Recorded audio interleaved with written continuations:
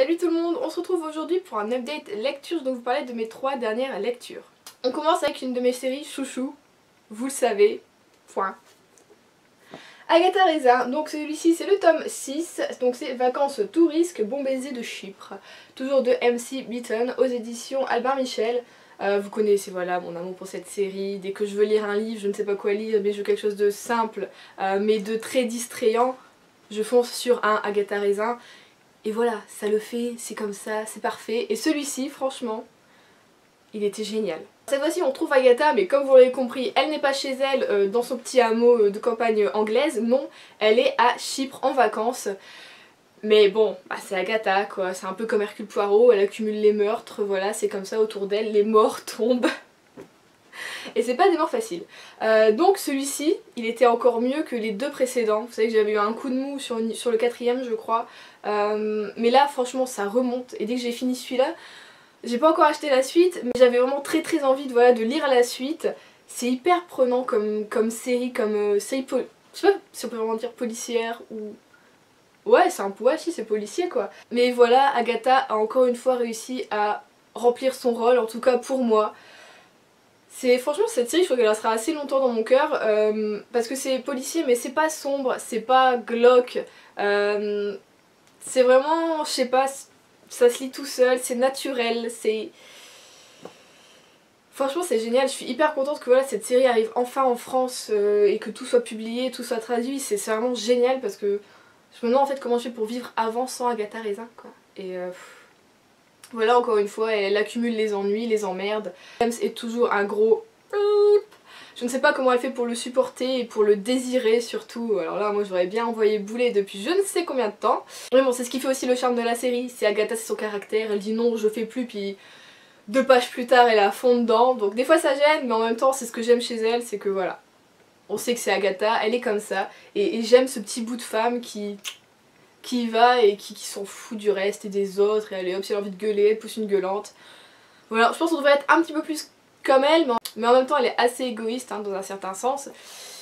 Mais voilà, c'est Agatha, je l'accepte comme elle est comme ça et je l'aime. Donc je pense pour cet été, si vous avez commencé la série, celui-ci franchement il est parfait pour l'été. Voilà. Alors après ça, j'ai voulu une petite histoire d'amour adolescente, du coup, ben j'ai pris de la song, pardon, j'ai dit en anglais. J'ai pris la dernière chanson, mais ça me fait bizarre de lire en français, c'est pour ça, de Nicolas Sparks, aux éditions Michel Lafon. Ça faisait du coup depuis que le film était sorti avec Liam Hemsworth et Miley Cyrus que je voulais lire ce livre parce que je savais même pas en fait qu'à la base il était tiré d'un livre, mais bon, ça date vraiment. Et voilà, je m'étais dit voilà, il faut que je lise le livre avant de voir le film, je suis comme ça maintenant, j'ai envie. Du coup bah, au début j'ai plutôt bien aimé, donc c'est l'histoire de Ronnie qui, après le divorce de ses parents, ça fait 3 ans maintenant qu'elle ne parle plus du tout à son père parce qu'il les a quittés, il est pianiste et il fait des tournées, des choses comme ça, même si ça fonctionne plus très bien pour lui. Donc elle vit à New York avec sa mère et son petit frère, et son père lui vit en Caroline du Nord, donc le long de la mer. Et voilà, cette année, sa mère a décidé de les envoyer pour leurs vacances d'été, donc pour 2 mois chez leur père. Donc le petit il est hyper content parce que lui ça fait longtemps qu'il a pas vu son... Enfin il voit son père de temps en temps mais pas assez souvent à son goût, c'est normal, à son âge il a 12 ans je crois si je me souviens bien. Je crois que c'est ça, 10-12 ans. Bonnie elle a 17 ans, elle est en pleine crise d'adolescence et voilà, elle en veut à mort à son père de les avoir quittés, voilà, qu'il était plus là, elle lui parlait plus. Et du coup maintenant elle en veut à mort à sa mère de l'envoyer là-bas pendant 2 mois et qu'est-ce que je vais foutre avec lui, moi je veux plus rien avoir voilà, à faire avec lui, tout ça. Et voilà, Ronnie arrive en pleine crise d'adolescence, mais la mauvaise, hein, parce qu'on peut pas dire on a peut-être tous fait une crise d'adolescence, pas de la même façon. Elle est très rancunière et petit à petit ça va changer, elle va s'ouvrir un peu aux autres, tout ça. Il y a l'arrivée d'un garçon qui fait que elle change aussi un petit peu d'attitude, hein, c'est ce qui l'a fait changer, l'amour. Donc voilà, au début franchement j'ai bien aimé, je me suis dit bon moi je vais découvrir Ronnie, même si bon sa crise d'adolescence m'a un peu saoulée parce que bah, moi j'en ai pas tellement fait, donc c'est vrai que je comprenais pas son comportement. En même temps si, je comprenais par rapport à son père, mais elle avait des réactions qui pour moi étaient un peu abusées quand même, hein, voilà. J'ai adoré son petit frère, il est intelligent, il est perspicace, il est drôle, il prend les choses comme elles viennent, enfin vraiment il est génial. En fait on a un récit à 3 personnes, on a Ronnie, on a Will et on a son père à Ronnie. Et son père par contre lui est très, à ce côté très religion, et moi c'est ce qui m'a un peu plombé l'ambiance, je suis athée en fait, donc C'est pas un côté voilà qui m'inspire quelque chose dans un récit, tu le mets pas, ça n'apporte rien pour moi du tout.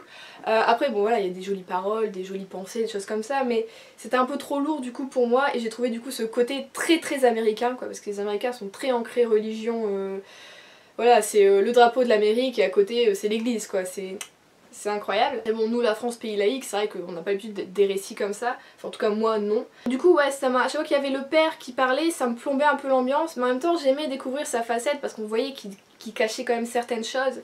Et ça m'a permis de comprendre d'autres choses. Parce que le divorce des parents, au final, il n'est pas que à cause du père qui est parti faire sa tournée. On va découvrir des choses, ça va gratter un peu.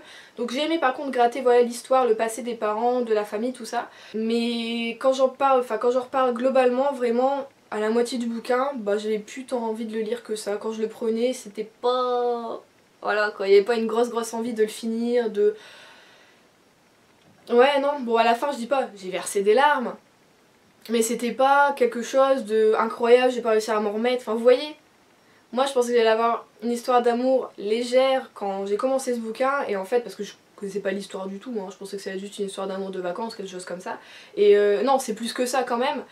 Et du coup bah j'étais pas dans le mood de cette histoire. Alors peut-être si j'avais lu autrement, à un autre moment où j'étais vraiment dans cet esprit de vouloir lire une histoire d'amour entre adolescents, mais quelque chose de plus quand même, on va dire réaliste et de plus ancré dans la vie hein, quotidienne, et dans les malheurs de la vie malheureusement, ouais peut-être que là ça l'aurait fait, mais finalement c'était pas ce que je voulais lire.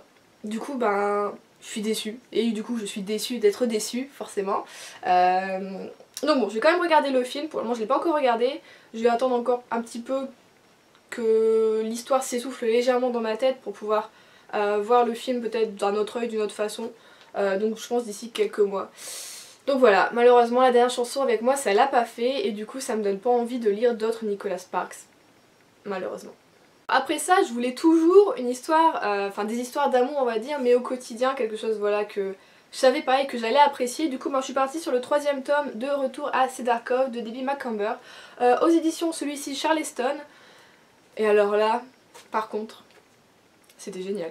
J'avais eu un coup de mou avec le 2e tome, mais je pense que c'était par rapport à ma situation à ce moment-là, voilà j'étais en deuil, j'étais pas très bien.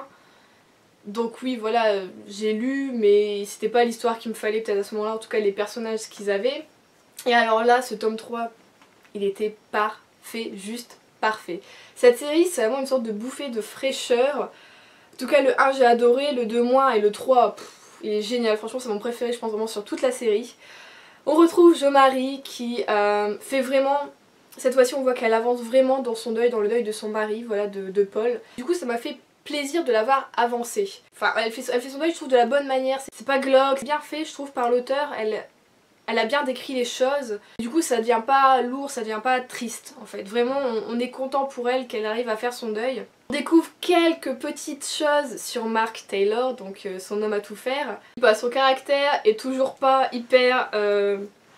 voilà quoi, il est pas ouvert en fait totalement à Jo Marie. Mais j'aime cette relation du fait qu'elle court un peu après ses secrets et que lui il est là, je t'érige le mur, hein, tu pourras pas venir, tu sauras pas. Et mais on a quand même quelques petits trucs et ça donne encore plus envie de découvrir des choses sur lui. Et que leur relation avance, que ce soit en amitié ou peut-être autre, on sait pas encore. Et c'est ce que j'aime avec Debbie, enfin avec cette série en tout cas, avec ce que fait Debbie Macomber, c'est que c'est pas vraiment une sorte de livre d'amour, c'est pas vraiment une romance, c'est vraiment un fil de vie. S'il y a des événements qui arrivent, ben c'est bien et voilà. C'est ce que j'aime, ouais, on sait pas ce qui va arriver. Et donc ouais, franchement moi ça me plaît. Et j'ai beaucoup aimé aussi l'histoire vraiment des hôtes, pour une fois. Dans le 2 ça j'avais pas aimé, je trouvais ça vraiment trop amené, trop bizarre, trop direct. Ouais non franchement j'ai aimé les deux, que ce soit celle d'Ellie ou celle de la famille Porter qui était par contre vraiment triste et enfin triste. Pas dire vraiment triste mais c'était pas hyper joyeux hein, vous voyez. Bah ouais ça fait du bien en fait d'avoir des histoires comme ça un peu réelles de la vie, voilà. La vie c'est pas un conte de fées on le sait, mais en même temps on peut y croire. Et c'est ça en fait ce que j'aime avec cette série, c'est qu'elle donne envie de croire en l'autre, en la vie, en voilà quoi, en l'amitié. Ça donne confiance en fait, voilà. C'est pas un petit nuage, on sait qu'il se passe des choses, mais on sait qu'on peut compter sur les autres. Alors j'ai commandé le tome 4, malheureusement je vais le commander sur Amazon parce qu'il est pas du tout disponible en librairie, ou c'est un vieux harlequin en plus, donc je crois que il date de 2015. Cette série c'est juste une pépite, elle est trop bien. Quand on est mal, on la lit et puis c'est bon quoi, ça donne du baume au cœur, c'est vraiment génial. Donc bah si on n'a pas la suite, je vais lire d'autres bouquins en tout cas de l'auteur parce que j'aime son écriture, j'aime ce qu'elle fait de ses personnages, ce qu'elle fait de la vie, tout ça. Enfin voilà, vous l'aurez compris, j'ai passé un excellent moment, juste parfait. J'aime cet auteur et ce qu'elle nous fait ressentir. Donc voilà, comme vous l'aurez vu, j'ai eu des bonnes lectures, une un peu moins bonne. Dans l'ensemble, je suis quand même contente, en ce moment je lis plutôt bien.